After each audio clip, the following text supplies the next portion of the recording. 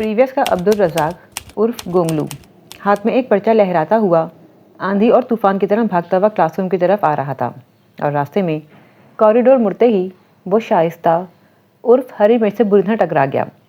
ہری مرچ کے منہ سے نکلنے والی چیخ نے بہت سارے اسٹوڈنٹس کو مڑ کر دیکھنے پر مجبور کر دیا۔ ہری مرچ کی ننھی منی سی سرخ ناک جو نزلے کی وجہ سے اکثر سرخ رہتی تھی، اور اس پر دھرا غصہ جس کی وجہ سے اسے ہری مرچ کا خطاب ملا تھا، اس وقت بھی غصے اور اشتعال سے سرخ ہو چکی تھی۔ منحوس گونگلو، کیا اندھے ہو گئے ہو؟ آنکھوں میں موتیا اتر آیا ہے کیا؟ اور یہ کیا سانڈ کی طرح میرے سامنے دیواریں چین بن کر کھڑے ہو گئے ہو؟ پیچھے مرو۔ ہری مرچ کا غصہ کسی طور کم ہونے کو نہیں آ رہا تھا۔ کوئی اور وقت ہوتا تو گونگلو اس اینٹ کا جواب پتھر سے دیتا، لیکن اس وقت اس کا سارا دھیان سیڑھیوں کی طرف تھا، جہاں رتک روشن اپنی لمبی لمبی ٹانگوں کے ساتھ بھاگتا ہوا انتہائی خوفناک تاثرات کے ساتھ ادھر ہی آ رہا تھا۔ نام تو رتک روشن کا اصل میں نعیم چودھری تھا، مگر اپنے کمزور جسم، بے تحاشا لمبے قد اور موٹی موٹی آنکھوں کی وجہ سے اسے پوری کلاس نے رتک روشن کا نام دے رکھا تھا۔ گونگلو اسے اپنی طرف آتا دیکھ کر ایک دفعہ پھر خوفزدہ ہو کر بھاگا تھا۔ اس کی تمام تر توجہ ہاتھ میں پکڑے کاغذ کی طرف تھی۔ ٹھہر جا کمبخت گونگلو، تجھے اللہ کرے ایسا ہو جائے، تیرے دانتوں میں کیڑا لگے، تو موبائل میں 500 کا کارڈ ڈلوائے اور وہ خالی نکلے، سر کاسمی کے ٹیسٹ میں فیل ہو جائے۔ رتک روشن کوریڈور میں بھاگتے ہوئے عورتوں کی طرح بد دعاؤں پر اتر آیا تھا، اور اس کی آخری بد دعا تھوڑی سی رد و بدل کے ساتھ اسی وقت پوری ہو گئی جب گونگلو کوریڈور سے مڑتے ہوئے سر کاظمی سے بری طرح ٹکرا گیا۔ لا حول ولا قوت، کیا جنگلی بھینسے کی طرح بھاگتے پھر رہے ہو؟ سر کاظمی اپنے سر کو بری طرح سہلاتے ہوئے غصے سے بولے۔ کوریڈور میں بکھری ان کی کتابیں اور نوٹس ہری مرچ نے جلدی جلدی اکٹھا کر دیے اور نمبر بڑھانے کا موقع ہاتھ سے جانے نہ دیا۔ تھینک یو، تم ایک اچھی لڑکی ہو۔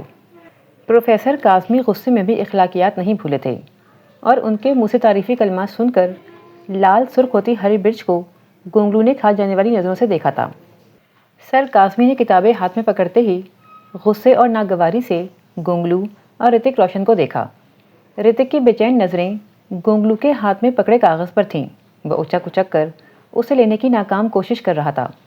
پروفیسر کاظمی نے ہاتھ بڑھا کے گونگلو سے کاغذ چھینا، اور وہیں کھڑے کھڑے دونوں کی شان میں جو کلمات کہے وہ ساری پریویس اور فائنل نے اپنے گنہگار کانوں سے خود سنے۔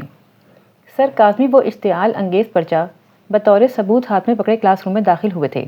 پوری کلاس کے لیے اپنی مسکراہٹوں کو چھپانا انتہائی دشوار ہو رہا تھا۔ ہری مرچ اپنے سبز رنگ کے بڑے بڑے پھولوں والے پرنٹ کے سوٹ میں بڑے فخر سے کلاس روم میں داخل ہوئی تھی، جبکہ رتک روشن اور گونگلو کے چہرے کے سارے فیوز اڑے ہوئے تھے۔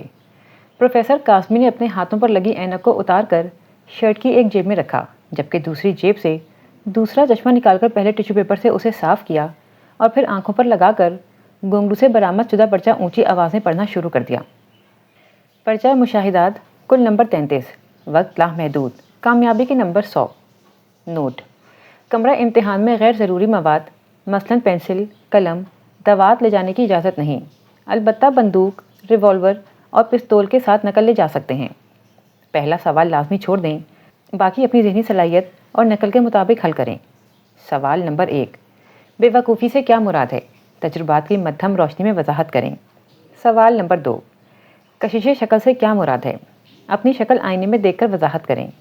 سوال نمبر 3، سر کاظمی کے فضول اور بور لیکچر کے دوران طلبہ اور طالبات کے ذہن پر پڑنے والے برے اثرات پر جامع اور مفصل نوٹ لکھیں۔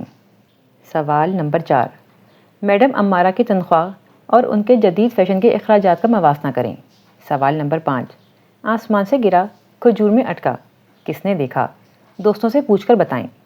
سوال نمبر 6، لڑکے اور لڑکیوں کی کمیونیکیشن بڑھانے میں موبائل فون کے کردار پر روشنی ڈالیں۔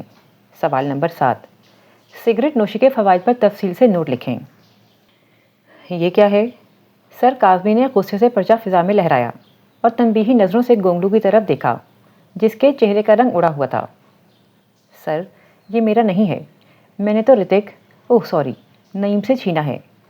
گونگلو نے اپنے سر سے فوراً بلا اتار کے نعیم کے سر ڈالی، جس نے انتہائی خوفزدہ نظروں سے سر کاظمی کے اشتعال انگیز چہرے کو دیکھا تھا۔ سر یقین کریں، مجھے تو خود اس کے بارے میں کچھ علم نہیں، میں نے تو یہ دیوار پر لگا ہوا دیکھا تھا۔ رتک روشن کے بھونڈے جواز پر کلاس میں زوردار قہقہے بلند ہوئے تھے۔ وہ خجل سا ہو گیا۔ توبہ!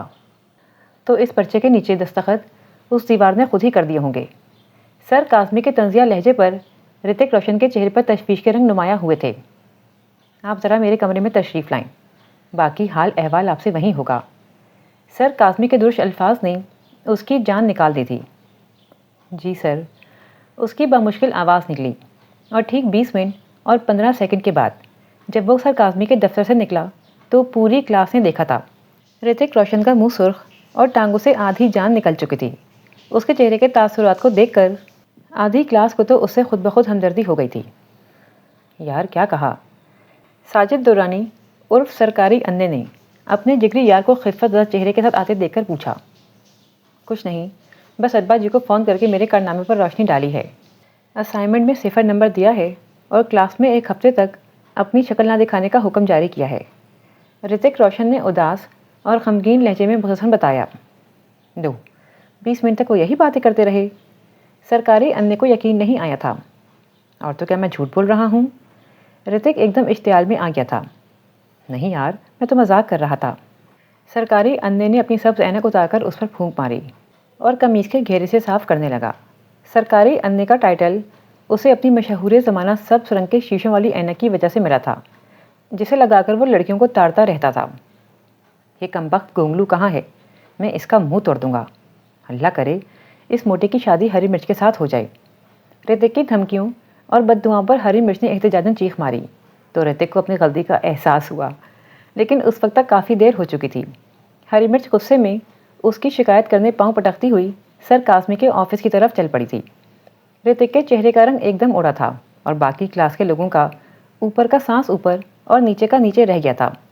اس موقع پر مدر ٹریسا یعنی شگفتہ بانو نے عقل مندی دکھائی اور بھاگ کر ہری مرچ کا راستہ روکا تو رتک کے چہرے پر کچھ سکون کے تاثرات نمودار ہوئے۔